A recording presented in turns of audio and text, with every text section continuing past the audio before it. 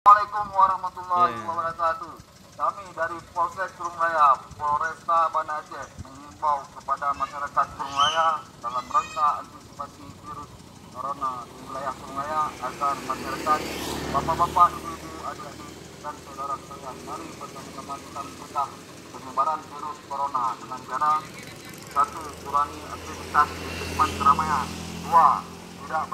berpergian ke tempat terjangkitnya virus corona; tiga, masaklah makanan yang bersih dengan matang sempurna; empat, selalu mencuci tangan dengan sabun atau cairan antiseptik; lima, jaga area tempat kerja atau rumah agar tetap bersih; enam, tingkatkan daya tahan tubuh dengan makan makanan yang bergizi, berbanyak buah dan sayur; tujuh, bila menderita demam, batuk dan sesak napas, segeralah periksakan diri Anda di puskesmas terdekat. 8,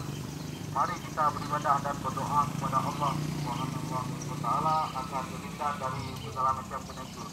Demikianlah yang dapat kami sampaikan kepada masyarakat Kurung Raya.